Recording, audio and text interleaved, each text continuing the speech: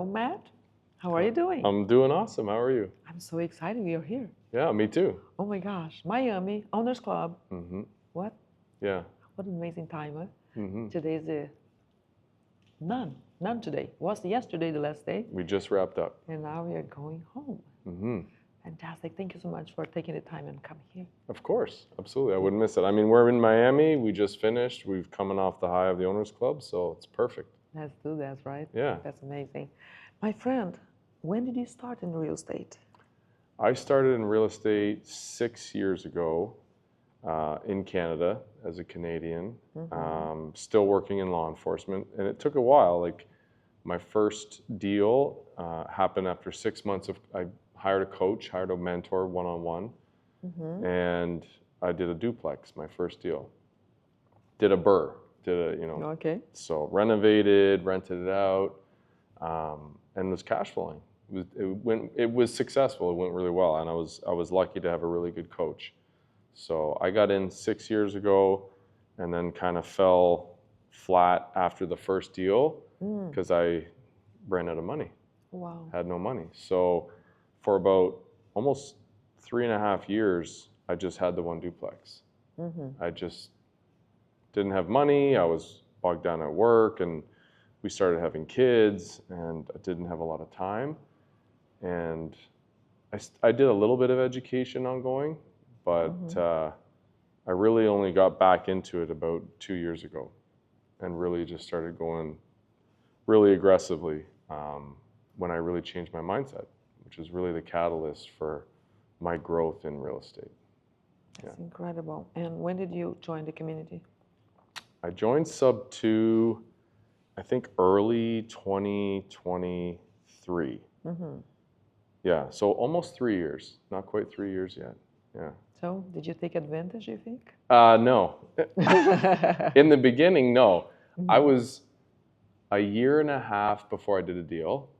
So not because, I mean, being in the community for over a year and not taking any action, I would say is not taking advantage because, as Pace says, everything we need is in the community, right? The deals, the money, the lending, the connections, literally everything is on top of all the knowledge and the curriculum that we get. It's all there. So then the only thing that's blocking is me, really, right? So for me, what changed in Sub 2, and again, it's different for me because coming as a Canadian, when you don't live here, I'm not close for meetups, so I'd never meeting anyone in person. So it felt very, I think, abstract because I hadn't done a deal. It was just like, it sounded great, but I'm not in the community. I'm on the outside, kind of looking in. So the big thing that changed for me was going to Squat Up, because there I started meeting all the people I've been on Zooms with and everybody I see in the community, and that was like the foundation. And then from there I did my first Sub 2 deal here in Florida in Jacksonville. I did a Sub 2 deal and then turned it into co-living. And then I met my partner, Spencer Bishop, did a couple deals with Spencer, and then Rhea Campbell and I did a deal. And then we just continued to scale up from there. So that's incredible. I believe that the reason you didn't go, one, you just said, in Canada, don't see anybody. But even people in America, they don't see anybody either, right? But you know that saying, you don't know what you don't know? Can you really be partners with people that you never met before in person? I think that is what holds us back on doing those things. Yeah, I agree. Today, I believe you would take somebody as a partner in a heartbeat, other side of the world, and do a deal because you know how to protect yourself. Yes, agreed.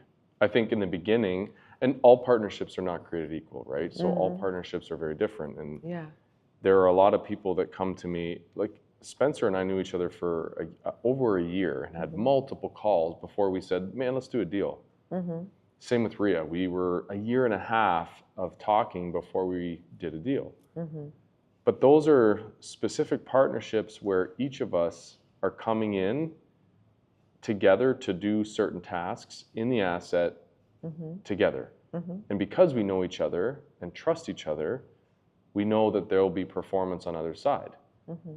I have people come to me that I've never met and they say, we should partner on a deal. And I'm like, if you're going to be the person that does the deal with me, I have to know you really, really well.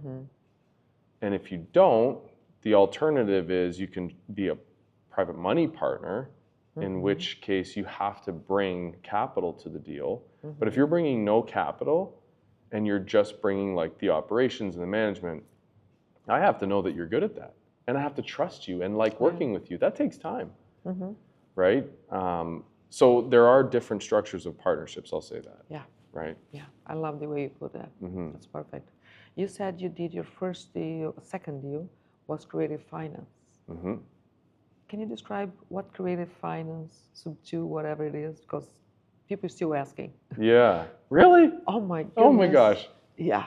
Okay. So, I mean, creative financing is everything under the sun that involves anything that's non-traditional without going to the bank, getting approved, and putting 20% of your money down. So the first sub 2 deal we did was through a relationship, through the community, through a wholesaler who had actually closed on a sub 2 deal. It was a home facing foreclosure. The seller couldn't keep the home. They were going to lose it. The wholesaler came in, took over $12,000. We'll pay your arrears to the bank. You leave us the keys. Now, here's where relationships come into play. They had taken on a lender for $40,000 to get in the deal, to pay the seller $12,000, to pay all the closing costs and everything else. They'd taken on $40,000. And when they got under it, there was a partnership that went sour. So the wholesaler who entered the sub 2 deal, who closed on it, they didn't wholesale it, they closed on it. That partnership soured and they split. So the wholesaler who was not actually wholesaling it, he was now the owner trying to sell it. He came to me and he said, look, the numbers don't work if I try to recover everything and sell this thing with a $50,000 entry. The numbers just don't work. Yeah. But he goes, I can sell it to you, because we had known each other and built a relationship, for $12,000 only because my lender in the community with the $40,000 knows and trusts you. So they're willing to stay in the deal with their $40,000 so you can buy this house for $12,000. Fantastic. I said, no brainer. It's worth $250,000. Wow. It's worth $250,000 as is, and it had a $170,000 mortgage. So for $12,000, I'm walking into $70,000 in equity on entry. $75,000. I was just like, that's a pretty good deal. Yeah. So that's how we did it. So it was already purchased as a subject to deal. They took over the mortgage, but the way that he sold it to me was on a land trust. So I actually closed the transaction in a 3-page document. I took over the beneficiary of the land trust, so there was no sale. So I just became the beneficiary of the land trust. I now own the house. I turned it into a co-living property, and now I've actually never been to the property, and it cash flows about $800 a month. It's incredible. Yeah. That's creative finance. That's very creative finance. Yeah. People think that they have to have a lot of money to buy properties. They have to put 20% down, and they have to qualify for a loan. And none of this is true if you do creative finance. Of course. Exactly. So that's where I teach my buyers that's true. You can have your home for 10% down and rent market in the area. And they said, I can't believe it. So what are we going to do then? You're going to take a leap of faith? Yeah. Or you're going to pass out on this property? So that's what I was doing, traveling America, places my buyers bought homes from me, and to interview them to get their experience. So then they can tell other buyers that's true. And you're helping people get into their own homes creatively. Exactly. Not just investors, people owning their own properties. Yeah. That's extremely powerful because there's far more people buying their homes than there are investors buying investment properties. Yeah. Right? That's right. That's amazing. As a matter of fact, I don't sell to investors, I sell to families. Wow. That's my goal, to help 500 families acquire their homes. Creatively. Creatively, of course. Yeah, They don't have to go to the bank. They don't have to have good credit. They don't have to substantial amount of money. Easy. Easy for us. That's true. It's great. The only thing they have to do, believe us, because you have been doing over and over and over again. You just said something amazing. Now you have cash flow, and it's working creatively. Yeah. What else you do? You said mobile park. Yep.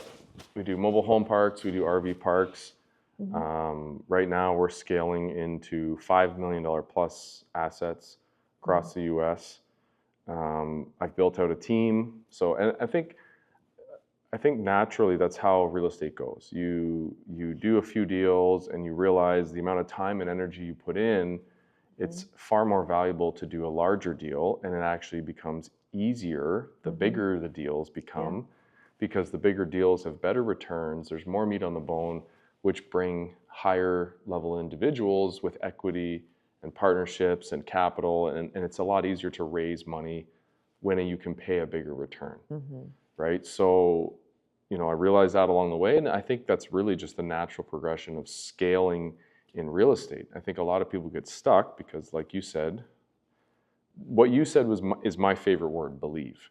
Like if you don't have belief, you don't move, right? Because you doubt. You either doubt, the fact that you can do something, or you doubt that it's even real, right? And doubt destroys the future, right? But if you have belief, so you learn that it's possible, you learn creative finance is real, and then you have belief in yourself that you have infinite potential and you can do anything, then you can scale in real estate. If you don't have either of those, you just 4, 5, 6, 10 years will pass and you'll still have a W-2, right? Because you just haven't really tapped into the belief that there are no limits, you can do anything, right? And leveraging creative financing, that's the gateway, right? That's true. So yeah, we're doing larger assets now. Fantastic. Yeah. So you said you have a team. Are they local, overseas, or combination? It's a combination. Building teams is a whole thing as well, and I learned that from within the community, Sub 2 and Owners Club. I heard a lot of people's stories of having stress to make payroll. And we're in this and doing what we do to help people. Yeah. I'm not doing this to worry about if I fail someone else. I'm not doing this to have stress at night to go to bed and think, what if I can't pay my team, right? And now I'm letting all of them down. So learning to structure teams where I don't have W-2 employees, I don't have 1099 employees. My entire team is structured vertically, but they're all partners, they're all owners, right? Which enables me to really, I count on my team without having to micromanage my team, because their motivation is purely above anything you could pay someone, right? An employee punches a clock. Yeah. An employee doesn't care whether or not you stay in business, right? They'll find another job. My underwriter, if I was paying her $100,000 a year, if she didn't like me anymore or she didn't feel appreciated, she would just go find another job. That's right. For another $100,000. But when she is getting equity, she gets cash flow, she gets a piece of every acquisition fee, and we can show it's in 5 years you'll have $5 to $10 million in equity. That's something people will continue to pour into because that's their future. Make a difference. Yeah, a huge Absolutely. difference, right?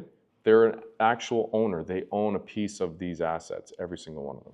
So the team that we built, we have my partner Paul, who is our operations director. We have an underwriter, and we have an asset manager. So the 4 of us were able to take down the deals, manage them, operate them, and move on and scale and do the next one. Without being worried if they know what they're doing, right? That's right. Very little oversight. And I think that also comes down to, well, that I got from the Owners Club, because we were able to learn from PACE how to do an orbit program.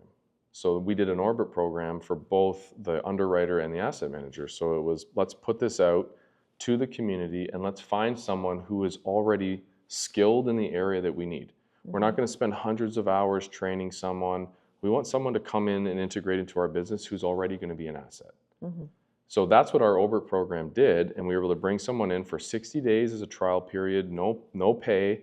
Let's see if we align, and if we do, we'll continue and we'll talk about ownership structure, right? Yeah. Which most people, that's what they want. Most people don't want a paycheck. They want to be an owner. Exactly. Right? But they started with a paycheck for 60 days? No paycheck for 60 days. So they start just to learn, no payment to get in. So Correct. they have to be hungry. They have to be hungry. Yeah, they not need the money. Right. Because so these orbit people, they are full-time, part-time. Sometimes they have their jobs or. So both of them are full-time with us in a sense, but their hours are part-time and they work remote. So our team is scattered throughout North America, and then we have VAs in the Philippines. So everything is remote, but again, like in 2 days, I'm traveling to Fort Worth in Texas to walk the park that we just closed. So our asset manager who lives in Denver, she'll fly in, we'll all meet, and then we're gonna walk the park for a couple hours. We'll have contractors there, we'll be meeting with the on-site property management team. We'll be really going over the vision and the execution for the lift plan for the park. So that when I leave, I know that my asset manager knows every single thing that needs to get executed. Exactly. So that I don't have to be the one making sure the property management is executing. So that everything day to day gets taken care of, and while she's doing all of that, I'm already flying to Tennessee to lock up the next deal. Right? That's and beautiful. It's just continuing to go. Yeah. Right? That's beautiful. Dream come true, right? Yeah. I'm very fortunate to have a great team. Think back 2023. Could you imagine that would be happening right now? That's a joke. There's no way. There's no world in which I could have seen myself having a team. That's not 2023. I couldn't see myself owning a home that made me money. So myself, who I was, I mean, and you know this as an investor, it's interesting that you get into real estate investing and then you learn more about yourself and take a personal journey more than real estate. But the person that I am today is light years ahead of the person that I was in 2023 and in 2020 when I started. Like 6 years ago, there's no way. There's no way. There's no way. The guy that I was didn't see the person where I wanted to be. And that's another difference. Like where I am now, I'm very crystal clear on the man that I'll be in the future, which then my trajectory goes even faster. Because now I have clarity, I have goals, I know exactly what I'm working toward. Back then, it took a long time and it moved really slowly because I didn't have that. Didn't have a goal, wasn't sure what I was doing, I was still learning. I think for a lot of people that's a big deal because when they get into real estate, like the curve of success is really flat for years, right? Unless you're extremely fortunate and you can have success out of the gate, which is not most people. And so my first, I would say, and I'm still not, I don't consider myself successful. I have very big goals. I'm very fortunate, right? I was able to retire from my 17-year career in law enforcement. But I'm still feel like I'm just starting to come up the curve. You know what I mean? Yeah. After quite a while, 6 years. So. And I see the excitement because it's incredible, right? It's just like a playground. Yes, let's do it again. Yes, let's do it again. One more time. Yeah. Come on. Let's go higher. Yes. Yeah. Let's do 3 deals at once. Yeah, absolutely. Exactly. Yeah. I love that so much. And besides all of this, you decide to become a coach. Yeah, I did. How does that work?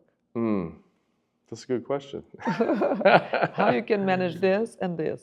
And family. And family, yeah. Obviously, having clarity on purpose is a big part of it.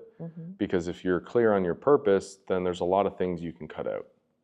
right? And I think for a lot of people, their lives seem busy. You talk to people, and the number one thing is, I wish I could do this, but I don't have time. Yeah.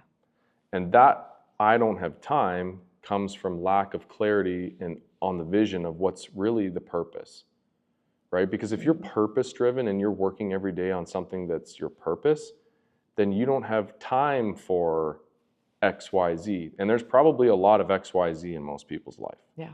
There's a lot of things they're doing that are not progressing them to their goals, right? And I ask myself that every day, is what I'm doing right now getting me closer or further from my goal? And if the answer is further, then we stop.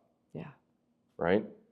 I don't have a weekend to take a guy's trip and go to Vegas. That doesn't align with my vision. That doesn't take me closer to my goal. Do you know what I mean? Yeah. So I don't go out to the clubs. I don't stay up late. I get up early, and I focus on myself and my personal development. So that, I don't have time is really just a lack of clarity and vision. How do I balance coaching and real estate? Is by being, again, purpose-driven and focused and clear. But again, having a team in the system so that I can really get clear on my schedule, my priorities. And, most days I'm able to pick up my kids from school and finish work and spend the evenings with my kids. And of course, like anyone, things come up and I take calls and, if I'm closing a deal, then, some nights I'm very busy on calls, but for the most part, I try to really shut down and prioritize that time with family, especially when the kids are little. So, and you said, I became a coach. I actually didn't choose to become a coach. I actually never wanted to be a coach, but it was organic, and I felt called to it because after I had a mentor and changed my mindset, totally became a completely different person from the inside. After learning those things and thinking in a new way, I just started sharing it with people and helping other people.